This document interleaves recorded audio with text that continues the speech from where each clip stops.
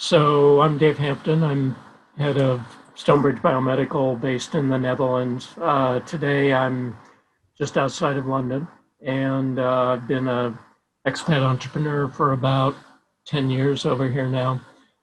Met Joe at the 10X conference in London almost a year ago, I think. It's been a while.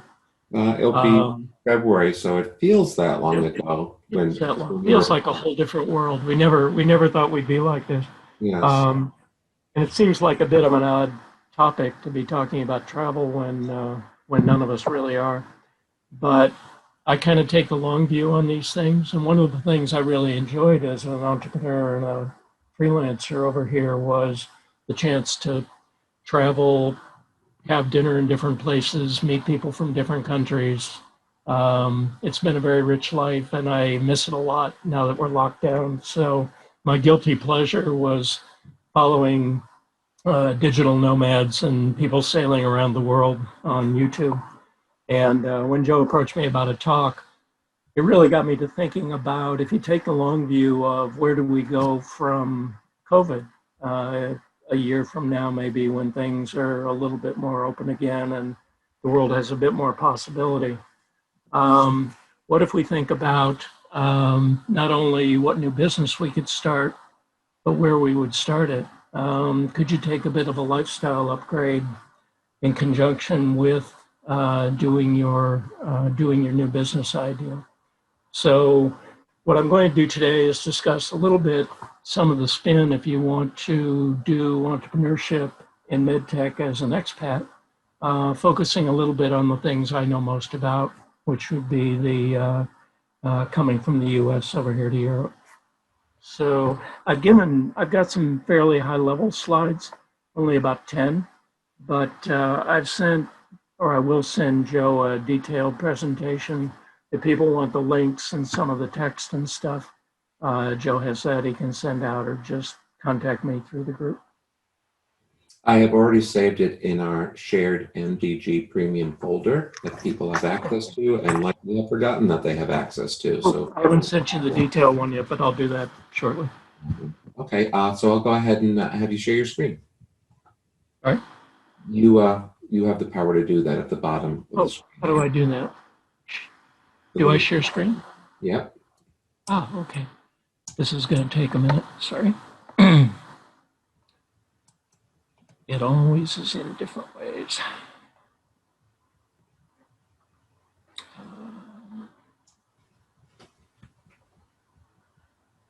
Do you see it there? It's a green button that says share. Practice is good.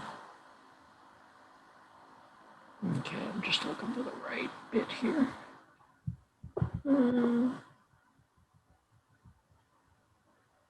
Okay, coffee break, everyone. I'm just looking for it. Hold on. I know it's here. Hold on.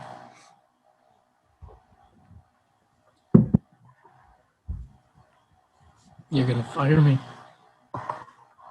Worst case scenario is I can call it up because I have your slides. Yeah, I'm going to maybe pull it off PDF.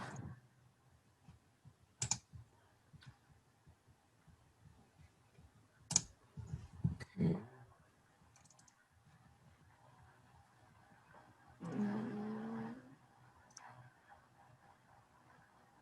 Not, Time's up, Dave. Here it is. okay, thank you very much. Appreciate it. Uh-huh. So go to the next one. Thank you. And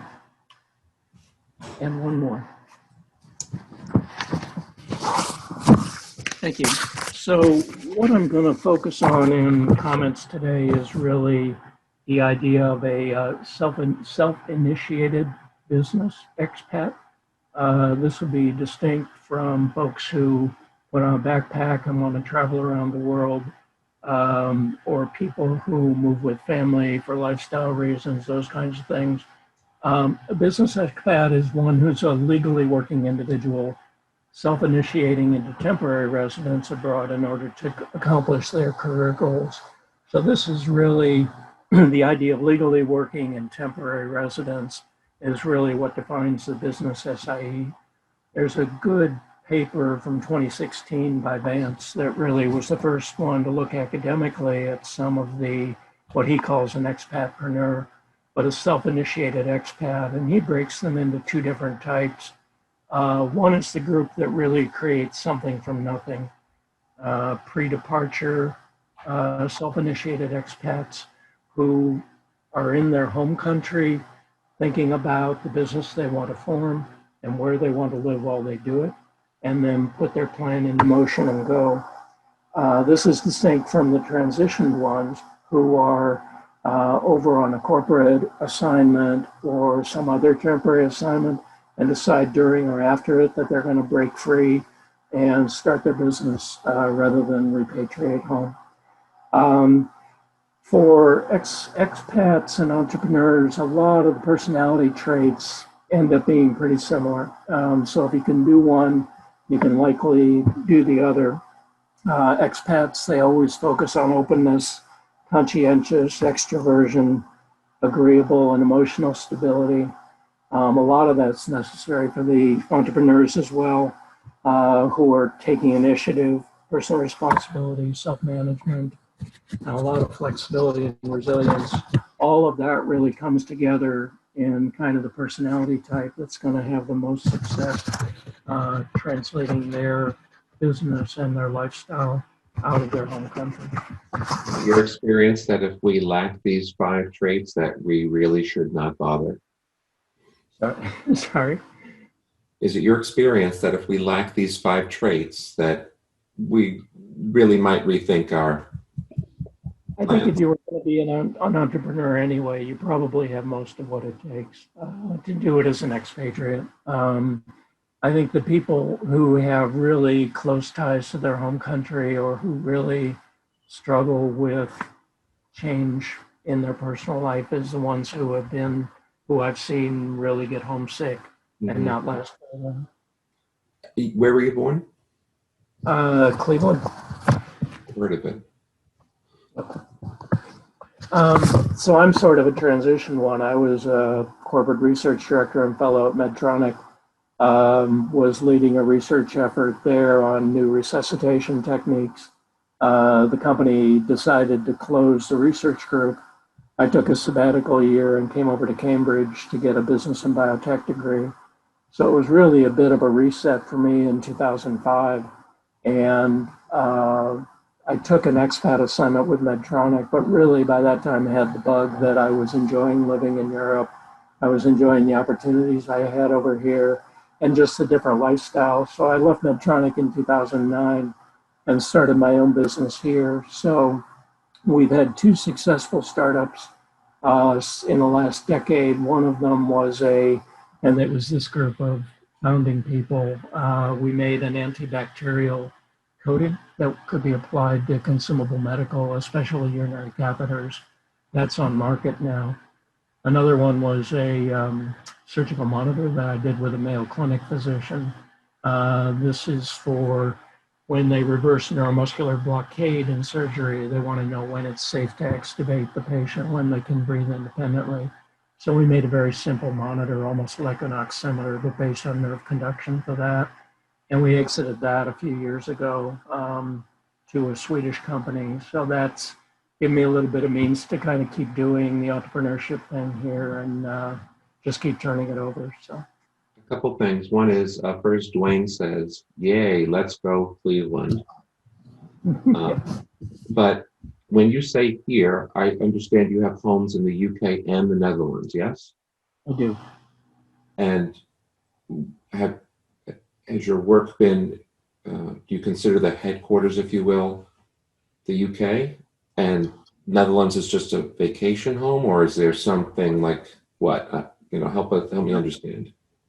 So when I expatriated, I established myself in the Netherlands. So my business, my personal, my taxes, my bank accounts, everything ended up in the Netherlands. And it was most convenient to continue that. So that's really my home base in Maastricht, even though I can't get there very often now. But turned out that Did you choose that? A couple of projects were here in the UK. And so technically my company has me on expatriate assignment from the Netherlands to the UK. and that keeps all the taxes and expenses straight. How did you come to choose the Netherlands as your home base? I was offered an opportunity to take a corporate expat position there, and With Medtronic? coming up, this is with Medtronic. Yeah.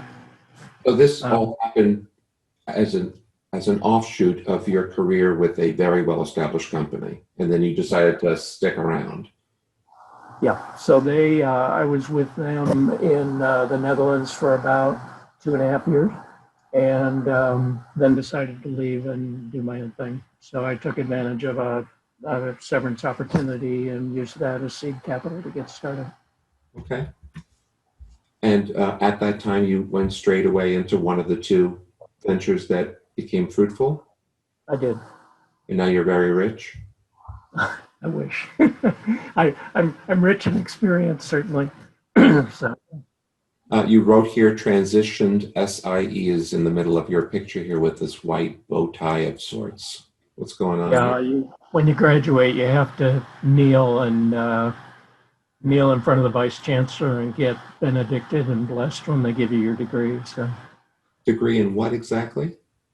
uh, it was in biotech and business at Cambridge. So Ah. Did you mention Cambridge before and I missed it? no, I might not have, but yes, that was it. And what year was this? It was 2005, 6, and I've been teaching there and mentoring students as well ever since. So Nice. And over here, who's sitting with you?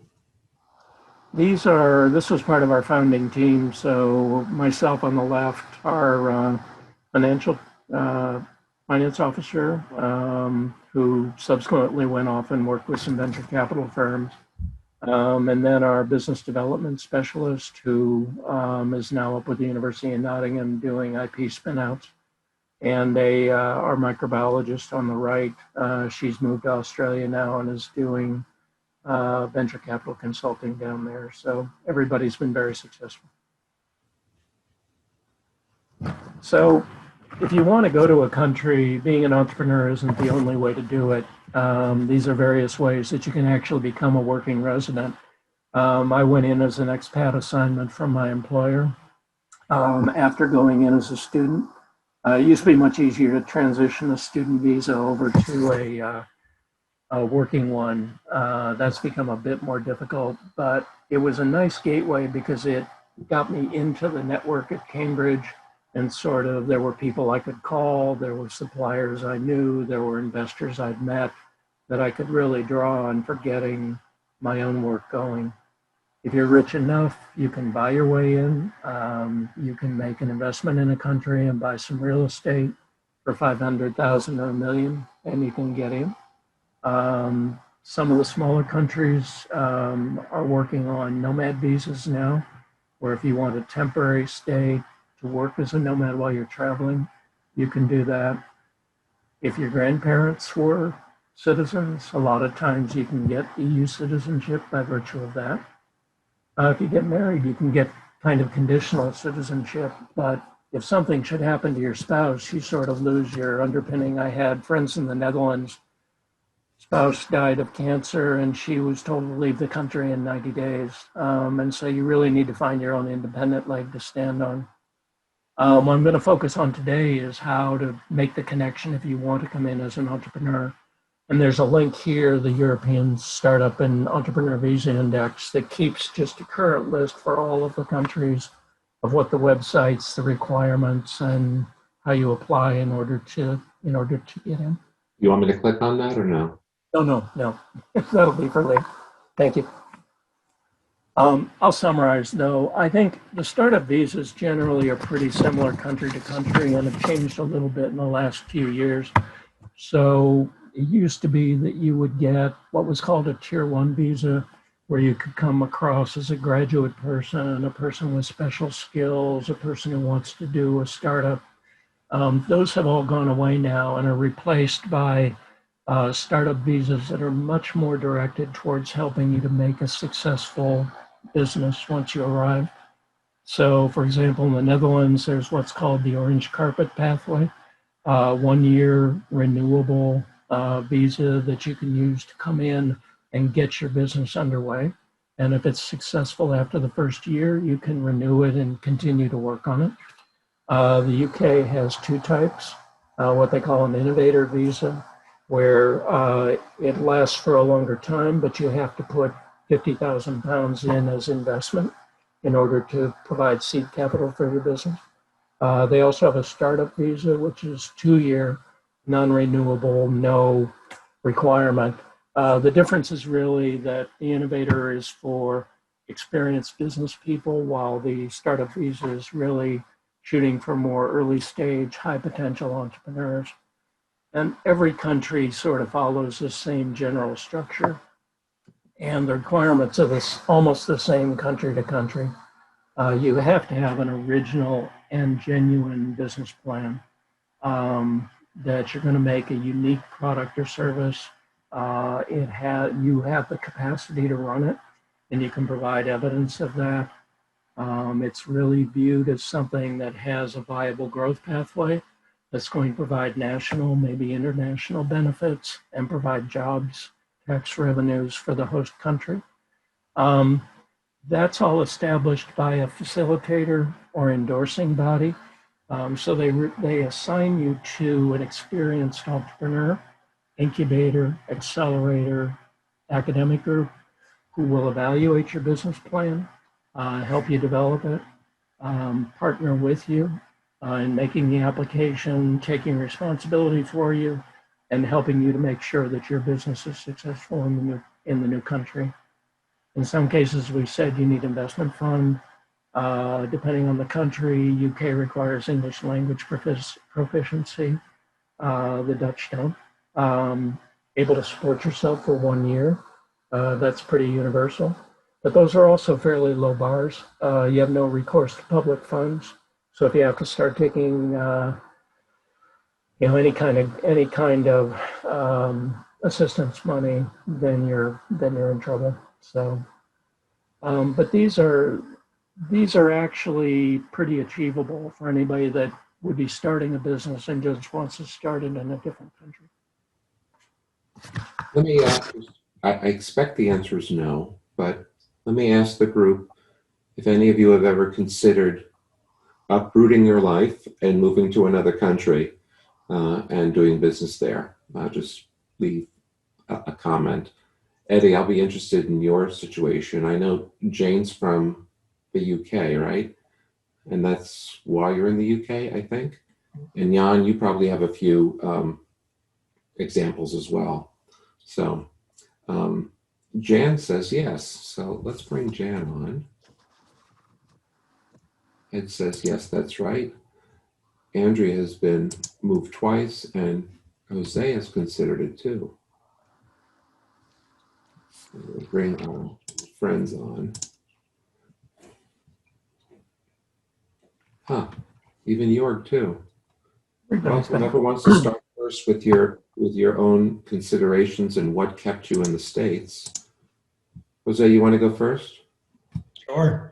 Yeah, no, I've always loved that idea. I mean, I've traveled a lot and did the whole backpacking through Europe in college. And then I did a 10-week backpacking trip through Latin America during grad school, and, kind of have an adventurous spirit. I mean, I think some of what Dave was saying earlier about the personality traits, I totally see that same affinity towards world travel is strongly correlated with what it takes to start your own business, and kind of the, risk tolerance and adventurousness and the, openness to new things. So it's definitely something that's appealing. And, it's one of the benefits of having your own business. And I think it's also, in some ways, we built our business to be able to operate virtually in many respects. We've got an office, but everything in our company allows for remote work.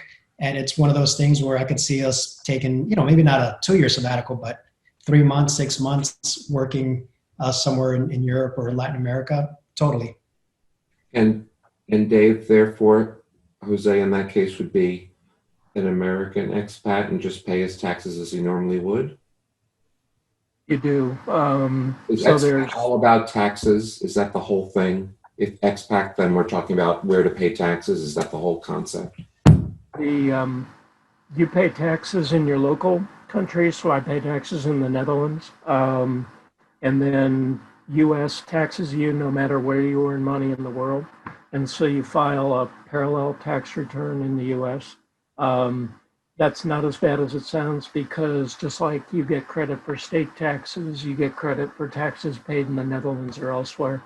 So it actually works out that I don't pay very much in U.S. taxes. It's just a problem of filing. There's also some joint treaties that date back to the Second World War, the Dutch-American Friendship Treaty, or DAFT, that gives you some preferential treatment and some tax breaks going in. So it actually works out fairly easily. Okay. Jan, you want to go next? Jan cannot be heard. Unmute myself. I always just thought it would be fun to do, and for 2 or 3 years to be in another country and maybe learn a whole new language. And I just always like seeing how people think, and I thought it would be great. Well, the only thing that kept me here was my husband. He refused to move, so I've never been able to do more than a couple months at a time at this point in time. So I just thought it'd be fun. You want us to talk to Mr. Gates, or? He's retired now, so he could probably do anything I felt like doing. He's pretty good that way now. He just couldn't figure out what he'd do if we went to another country. And it was the same thing when he became a house husband. He had a hard time trying to figure out what he wanted to do. So I told him how jealous I was and what I would do, and he went, "Oh, that sounds good." So it's just something I always thought. I've got some good friends that I convinced to do it, and they've been over in Europe for quite a while now. And we have a lot of fun talking, and once in a while I get to visit. So, Jorg, you want to go next? Yeah, well, I have a lot of roots, obviously, in Europe. I was born in Germany. I lived in Italy for a number of years. So yeah, I had the opportunity with my company to go to Germany, to Berlin. How old were you when you moved to the States? I was only 3. Okay, but you sprechen Sie or no? Well, I certainly understand German, but it wouldn't take me long to get back up to speed. But no, I don't speak very well. At this stage, it's been a long time, obviously. My parents spoke German at home, though, when I was young. But nevertheless, it was similar to Jan. I mean, my wife was not the adventurous sort, and she just basically wouldn't have it, didn't want to go, and I didn't really want to get divorced, so I stayed. These spouses have been a real, if you want to hook Mr. Gates up with your wife, maybe they can. My ex-wife now. See, I should have just gone. What we learn on these calls. We just did 45 years last Saturday. I couldn't believe it. Oh, 35 congratulations. years together this past Saturday? Yeah, this last Saturday. It was freaky. I'm still in shock over it. Honestly. Okay, He Mr. moved with me Saul. several times around the U.S., so that was pretty good. Mr. Saul, you have lived a few places. Yeah. Well, first of all, Jan, congratulations. That's a big milestone. And Dave, thanks for the presentation. I too lived through the experience of leaving the U.S. I grew up in Los Angeles and spent most of my life thinking I'm not going to leave. And a 6-week gig in Switzerland turned into a 10-year stay. I think Switzerland is a very interesting country for expats and for entrepreneurs because there is a strong culture and there's business as well as structural organization. So if you want to you come in with an A permit or a B permit, you can quickly move to a C permit, which is like a green card. And taxes are, as you mentioned, very well organized with avoiding double taxation and things like that. It's not that difficult once you get the hang of it. So Switzerland is an excellent environment for that. The Netherlands is quite interesting too. I just know that because my spouse, my wife is Dutch. And practiced in the world in the Netherlands, from what I remember. So if you're structuring businesses, the Netherlands is, especially if it's intellectual property, things like that, Netherlands is quite interesting. And then, I started up a business in Spain and in Greece and in other countries, and lived in Greece for 10 years after Switzerland. And I think the hardest thing is actually moving back to the States with Europeans, because they suffer tremendously because they miss the cultural aspects of Europe. So that I think the toughest thing is actually coming back rather than going out to Europe. Europe is quite friendly. Andrea? So I moved basically 4 times in my life internationally. Twice as a child. Basically, I was born in Transylvania, which is part of Romania, but then it's a Hungarian part, and we're Hungarians. And then I moved to Bucharest, which is the Romanian part, as a 4-year-old. And my whole family moved to Sweden when I was a teenager. So I went to high school and university there, and that's when my, I guess, adult transition life started. I came to the US to do my master thesis at NASA in Langley, and it was just going to be a few months of a sort of exchange program. And I fell in love with the United States very unexpectedly. And I fought really hard to get a job here. I gave up an incredible job opportunity at the European Patent Office, which means no taxes, really high salaries, 8 weeks of vacation, paid visits to your home country yearly, to take a crappy little job in Washington, D.C., who sponsored me for my green card in the States. And it's been an adventure to be here. And then most recently spent 2 years in Italy because of my husband's job. But by then I had my own company, so I was able to work from anywhere. And it's this thing where you get a bug, and it's liberating to be able to do whatever you want from wherever you want. But it does take, I think, like Dave said, it does take a special kind of person and a special kind of fighting spirit, and being able to get through challenges and being able to communicate with people who are very different than you are, to make it work and have it a happy experience. Eddie? Yeah, my situation is that actually, when I was very, very young, I grew up as a Navy brat, so I was used to moving around a lot. When I was at university, then my dad was stationed in London, and I figured out then that, I could get this dual citizenship. So I got Irish citizenship. My last name used to be O Capabianca. But we had to drop that to get work in America. That's not true. But Yeah. really? No, it's not. And I didn't know. Anyway, long story short-ish. So I've got 2 of the things that Dave was describing. I've got both the citizenship aspect, and I've also got the marriage spousal thing.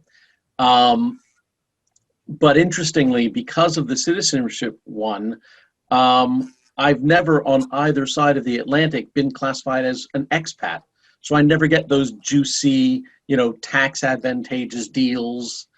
I'm local everywhere, which is, good and bad, but financially mostly bad. Yeah, lovely. I was hoping for a different outcome, but okay.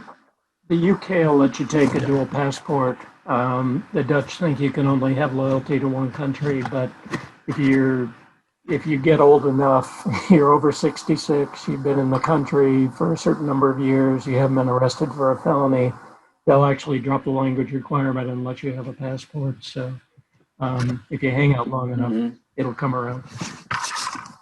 Dave, I want to Yeah. put your. And the Sorry, man, I had already pushed the button. I'm sure what he was saying was fascinating. No apologies.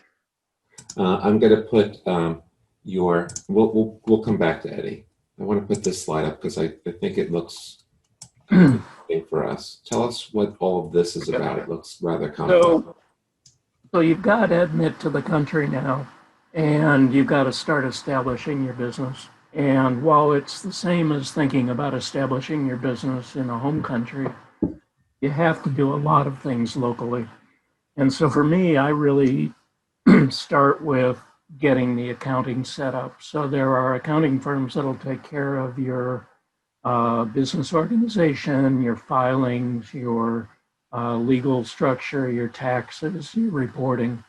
So I got on with one of those early, and they were really my gateway to everything else. So starting with the accounting and the legal, then they would help with the business setup. So in the Netherlands, that's through the KVK, the Kamer van Koophandel, which is the local business house. In the UK, it's Companies House. But an accountant will get you all the right forms, low fees, get your business set up, get you a VAT number, help you with your personal registration, so you get your national insurance number or your BSN, which are kind of the equivalents of your social security number. Once you've got that business structure set up, then you really proceed to getting a bank account, setting up some of your legal structures. I try and set up a library of templates for confidentiality or contracts of various sorts, somebody who can review my agreements and make sure they're locally correct. Make sure you get health insurance and professional insurance that cover you locally. It's not all that expensive compared to the US. I pay about 100 a month euros for my health insurance in the Netherlands. Similarly for my professional insurance.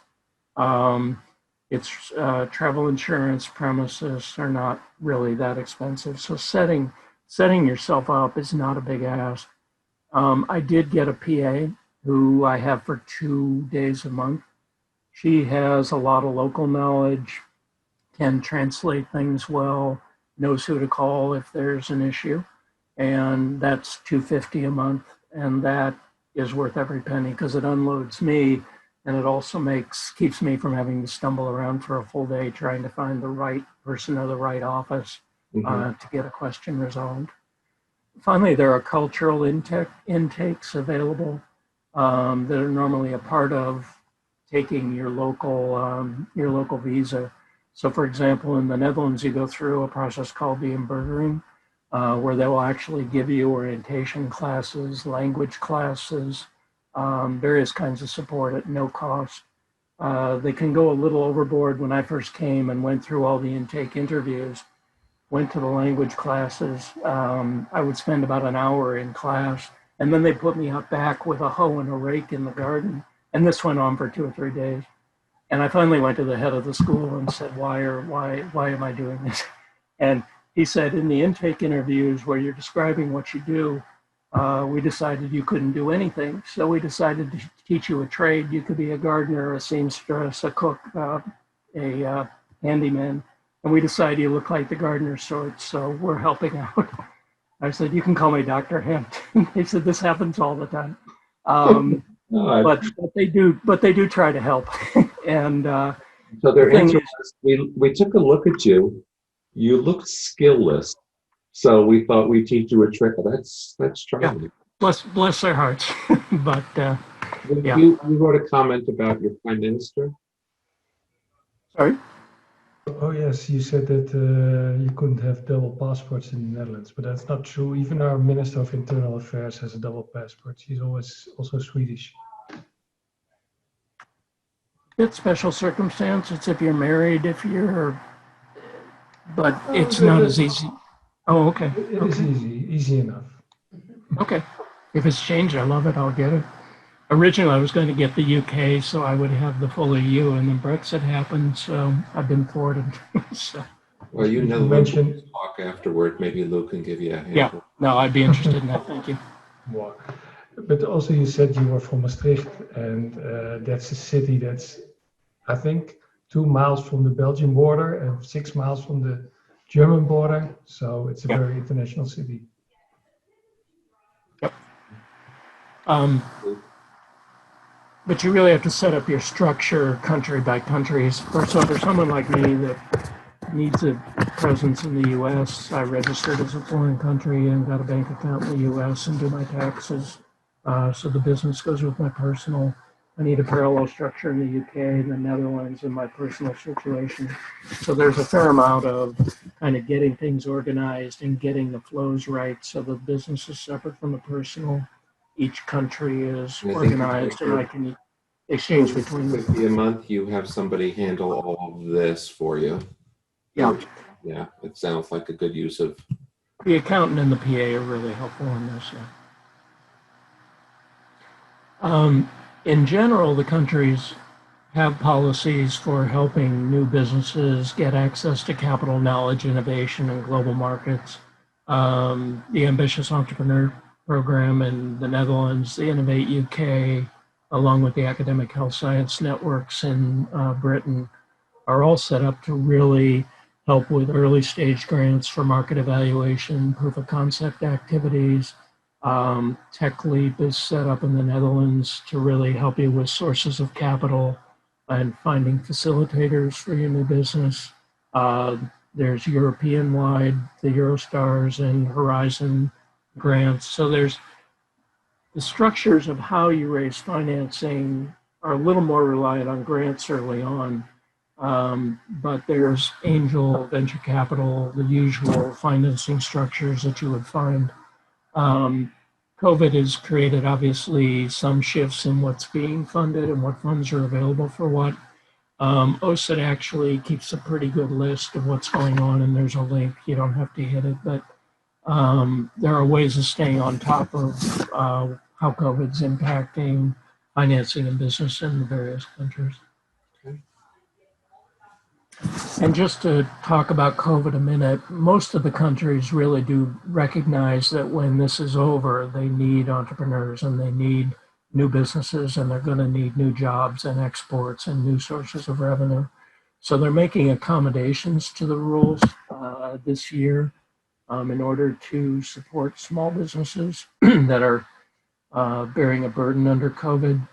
So for example, where you used to be judged on your business plan milestones, now if your facilitator evaluator steps up for you, says the program has made acceptable progress, they're giving renewals and extensions in order to continue the business.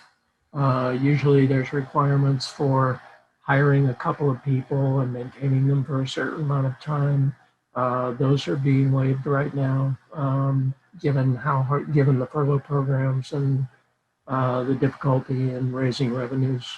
The requirements for making certain minimum wages or making investment into a business are being reduced or waived temporarily. If you're required to be in country for 180 days a year, it's pretty typical. You could get caught out of country by COVID. So again, if you have a good reason that you can document, those minimums are being reconsidered on a case-by-case basis.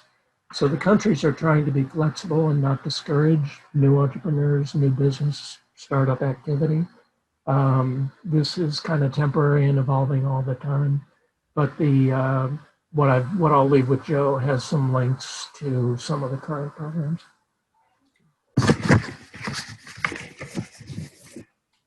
This group obviously knows really well how to define a new product and bring it to market. But the requirements for a business plan for bringing your startup to a new country really, as we said, are that you have an innovative product that's unique and competitive, that you can grow and that's going to be able to scale. So you really have to think when you're writing your application about in what way you're innovative. And innovation in medical is often an invention that can be diffused and adoptive and has a positive social impact. So in writing up your business, it's more than a technical description of the accessible market and what your unique technical advantage is, you really want to describe it in terms that justify it in ways that are attractive to the host country and that give the reasons why you want to bring your business over there. So things like access to the incubators, accelerators, educational institutions, mentors that are present in that country, getting access to European markets and customers, ways that you can create jobs, taxable revenues, exports for the home country, looking for new sources of financing, looking for new types of skills and intellectual property, obtaining a better tax treatment. All of these are things you might want to tailor into your product description and your business plan in ways that are going to make the business more attractive for the facilitators and the assessors who are looking at the proposal. Dave, maybe I missed the point, and that's entirely possible. If I chose to move to Greece and start a business, why would Greece have any reason not to want me to have it headquartered there? Wouldn't they be the beneficiary of my tax dollars? So right now you made it sound as though, please, Greece, please let me have my business here. Why would they ever say no? Matter of tailoring for your audience. So just like you tailor it for a particular investment audience, if you're doing a pitch, here you're promoting the advantages that you're going to bring to the country, and it really strengthens what your application looks like. And particularly when you're working with the facilitator, they're going to try to help you bring some of these elements in, and these are some of the things that they'll be looking for. But do you imagine anyone says, "Oh, this application, well, you can't pay me taxes"? I can't imagine. Yeah, I don't know, but I always try and tailor for my audience and in the business. Just be a good guy and fill in the application, but you don't know of anyone who's ever been refused. I don't, but normally the people that I've been associated with have come out of, they're in a partnered situation. And I know you hang out with smart people. I get it. No, but no, but you have a local partnership where you're saying, I'm going to take this unique technology and I'm going to bring, America and entrepreneurial spirit to it, and you're going to put the best of both worlds together and plant this fantastic, fast-growing startup in the soil of the host country. And I think there's an element of that because you're selling it to people who need to, in a time when cross-border globalization is people are being a little skeptical, that you need to sell it a little bit. Okay.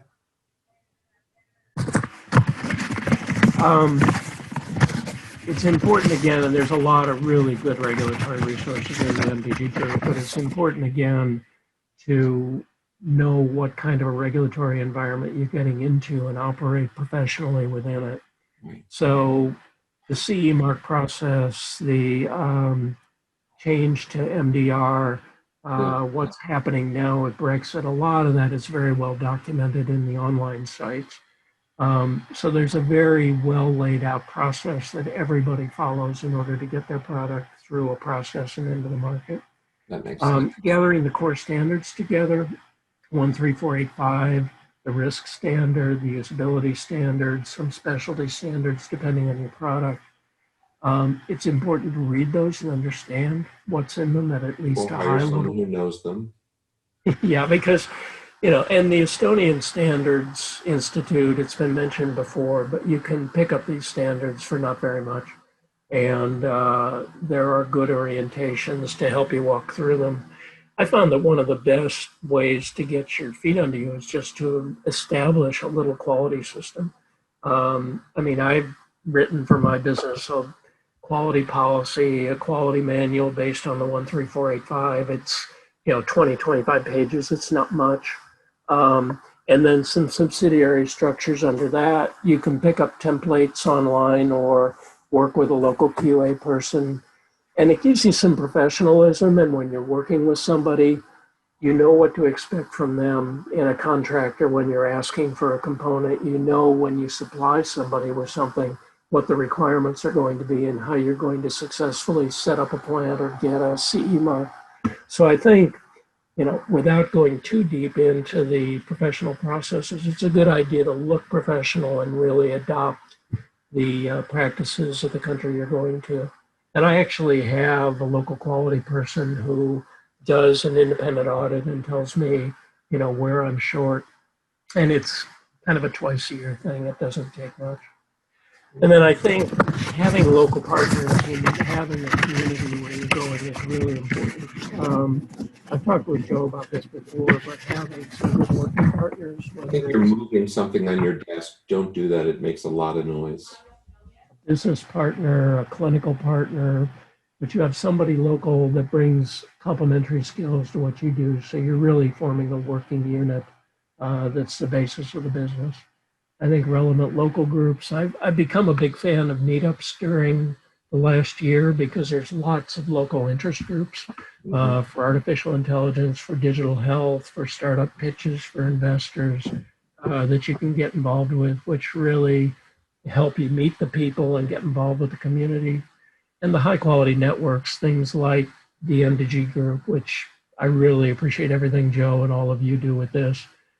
Cambridge Angels, for example, ran weekly seminars through the whole COVID process for their portfolio companies, where it was really a chance for people to talk about their businesses and what they were facing and how they fix certain problems. So I think really finding your place in the community and being able to exchange ideas and support one another is really an important aspect. Well, Not with the expat community, but your professional community. This is one of my favorite hours of the week. But let me ask you, besides our connection, which we met in London at 10X, are there other folks who were at the event with whom you have forged a bond and a relationship? Yeah, I actually have, and I don't have the names right in front of me, but I have the people who I was on the panel with. I've actually been in touch with all of them, exchanging emails. There are a couple of people in quality on the digital health side who have really been very helpful. When I had a question about the classification for my product or what would be required of it, really got very high quality answers back. So the quality people have been great. And I follow a couple of podcasts that I found through that. I haven't signed up with the new one yet that was posted, though. I'll get to that at the weekend.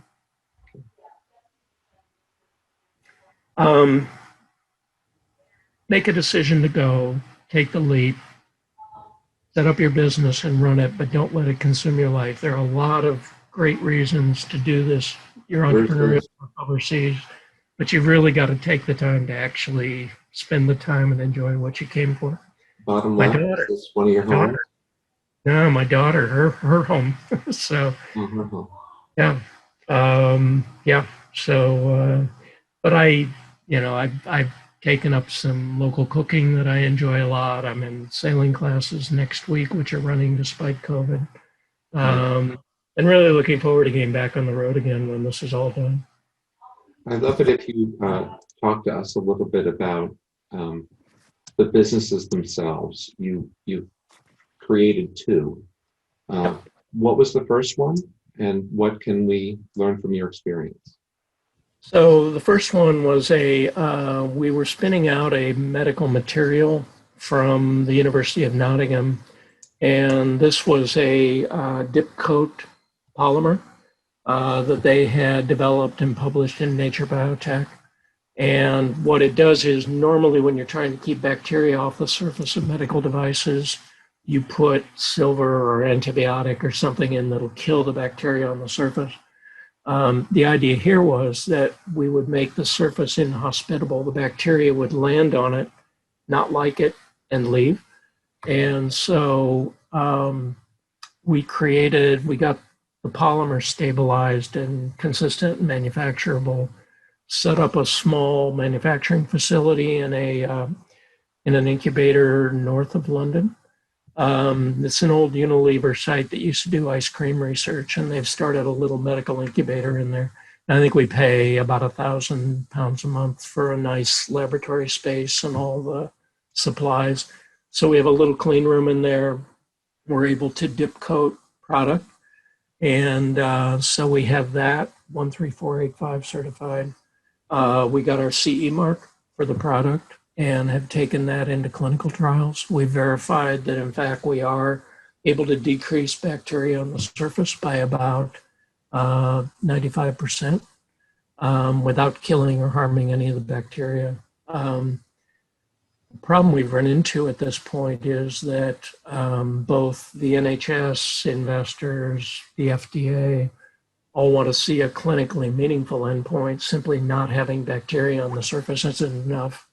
So we're in the process of starting a very short clinical trial to show that we actually have an impact on infection and hospital cost. So we're starting enrollment on that this month, and hopefully we'll be able to complete that early next year. And this is the first of your two initiatives? This is the first of your two efforts? This is the first of the two efforts? Yeah. And you started it when? This one started in, we had the original idea in 2009. We got the Nottingham intellectual property in 2013, and we've been going flat out on it since then.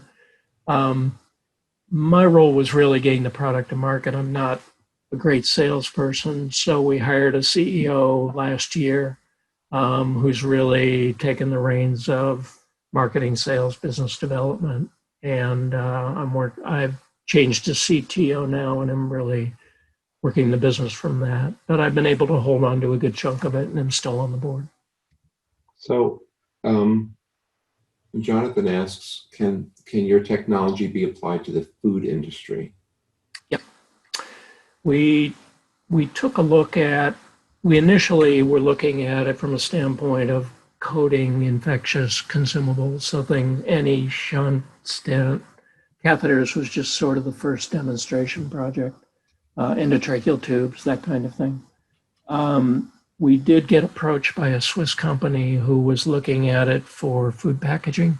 Could we coat plastic surfaces? A German company that wanted to know if we could keep nozzles, keep bacteria from populating the nozzles they use in filling ketchup bottles during production, those kinds of things. So yeah, we believe we can. You've been working on it for 11 years now. Yep. I'm thinking this has not been a profitable effort for you. Yeah, we have a good solid investor base of angels. There's probably about 4 million into the company right now, which has been in small dollops year by year. We run a fairly lean operation, so we're running at about 30,000 a month burn rate. And so with regular top-ups, we've been able to carry the business forward. It just takes time to do so we were probably about 2.5 years getting the formulation from Nottingham stable and manufacturable. We were about a year getting our certifications for the lab and being able to produce product to the standards for CE mark, completing all of our testing, biocompatibility, catheter standards, those kinds of things.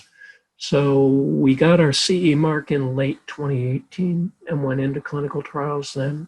So the first trial took about a year to collect 150 proof of concept. And so we did get a distributor supply agreements with the NHS, but again, we need to do this additional study to really get the sales going. I wonder, just kind of an open question to the group, what can we as a support system in his network do to help Dave make some money after 11 years? It doesn't make me excited to jump in and want to be an entrepreneur to hear an 11-year. I would say that on the other business, we got that one done in about, and maybe it's experience, but we got that one done in about 3 or 4. So we went from our prototype in 2013 to an exit in 2016 on that one. And then So it was very, somebody bought you out and it proved a profitable use of your time and money. it has. And that And what exactly? profitable for me and for them, yeah. What was that concept, please? That was so we basically took basic nerve conduction technology where you stimulate and record. People were looking at the strength of response with an accelerometer attached to the thumb. We went straight to just recording the EMG. And so just measuring the amplitude of that tells you the depth of neuromuscular blockade. So that was partnered with some ex-Medtronic people, and we were able to pull prototypes together within about a year and get that into clinical trials in Hungary relatively quickly. So that one actually went, I would say we were 3-4 years on that to a CE mark. So the concept was for patients who suffer from neurological. During surgery, patients get general anesthesia to put them to sleep, and then they get blockade in order to relax the muscle to facilitate the incisions and keep patients from reacting to it. So unfortunately, the level of blockade they need to get paralyzes the diaphragm, so they need to be intubated. So when you reverse the blockade, you need to know when they're able to breathe independently, and therefore when you can take the breathing tube out. And that's what enables them to move them out of surgery into the post-surgical suite. So the monitor we have, basically it's like an oximeter. It gives a number, which represents the depth of blockade. Mm-hmm. And when that number is above a certain threshold, they can breathe independently. When it's below, they're not able to. Can I say to anesthesiologists, Dave's invention is the additional system that helps you be certain when you can extubate someone? Yep. Okay. And there was nothing like that before, so they were kind of flying blind? They would do it by palpating the muscle. They would do it by having an accelerometer on the thumb and stimulating and looking at that. The problem is the accelerometer is sort of a finicky sensor, and the company that made that device, the founders never sold it and were going out of business. So we actually had an opportunity in the market where kind of the standard of care wasn't very good and was going out of production, Mm-hmm. and people needed the technology. So we developed a There was device. a technology. You It replaced was an nerve inferior product. Yeah. And why were they going out of business? Poorly run or what? They were old. They were old. They've been doing this a long time. And you didn't approach them for their IP? You started anew? No, I think we really thought it was really very old technology and it wasn't very good. And we, making a stimulator amplifier here is not a big ask. So we developed another compact device and really upgraded the whole thing. Mm-hmm. And was that exit to a degree that you've been able to fund the 2009 concept?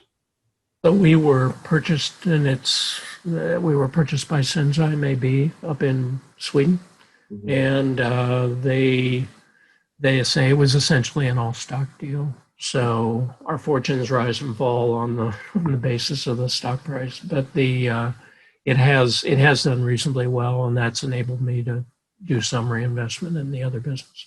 Okay. Well, thank you for that. Again, if anyone in the group on the call here has some ideas about Dave's first invention, I'm thinking maybe, Jan, this sounds a little similar to something that we worked on together. If there's some learnings about what they did or didn't do, that might be helpful here. You might get in touch with him and again, anyone else. You're all set for all your IP protections, Andrea? All set. Okay. All good. All right. So the moment I'm doing mainly I'm spending some time on process support for small companies that are trying to think how to bring their ideas through. So a couple of small contracts where I'm helping former students and to help bring their spin out ideas out. So it's a little bit of an opportunity to close the circle and give back, and I'm enjoying that. In February, and I don't remember the details, but you had expressed some frustration about something you were working on, and could I help you something? I really don't remember. Was it your 2009 thing, you think? Or was it something else? We were, I think the specific thing I was interested in as a founder of a company, you sort of have this vision that over time you're going to continue to sort of be a leader in the company, and your portrait will appear over the company fireplace in the boardroom and those kinds of things.